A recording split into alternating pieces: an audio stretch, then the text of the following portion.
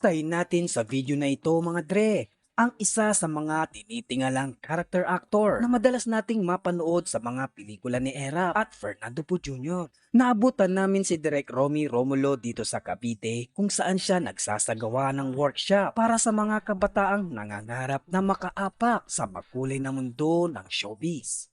Alam niyo, si Abel Morado, yung mga matatandang artista, katulad ni Erap at saka ni FPJ, Bernard, mga sila yung mga extractor niyan. Tinuro ako, yung sa akin, oy, ikaw, halika, pinapapanik na ako dun sa tore.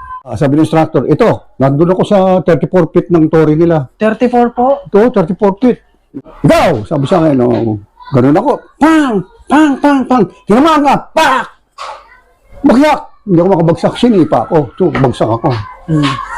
Yun ang umpisa. May humble beginning.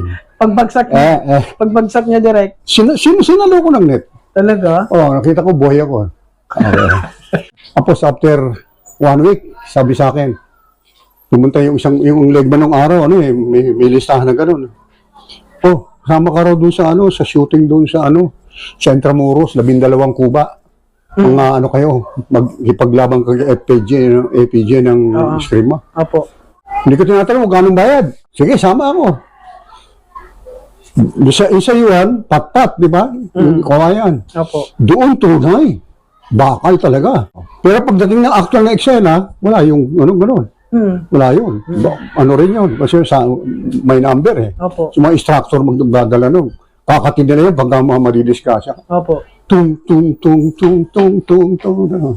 So yun na, that was 12 kuba, starring APJ, Fernando Poe Jr., Carlos Salazar, Enzo Padilla, lahat ng mga mga APG boys ng mga sinasabi nila. Alam mo kung magkano bayad?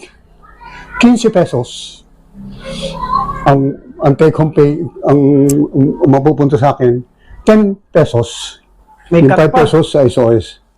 Yung 10 pesos na yun, malaki na yun.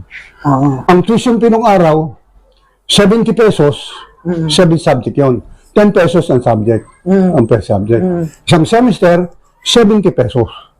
Kita mo mura, 70 pesos. 70. Nakaipon ako, yung ilang labas lang. Sumunod lang, 12 kuba, sigaw ng tigmaan, tapos mga hindi na mga taga-APJ, nakukuha na ako, malaki ako, gano'n. So yun ang pag kaya nga din pala yung palaki ko lang katawan.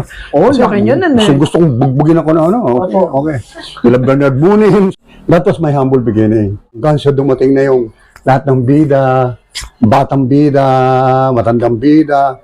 Pisa mo sila Bong Revilla, Rudy Fernandez, si Ipe. Lahat ng batang bida, si Ronnie Riquez, lahat ng mga action star. Nakasama ko hanggang kay Cesar Montano.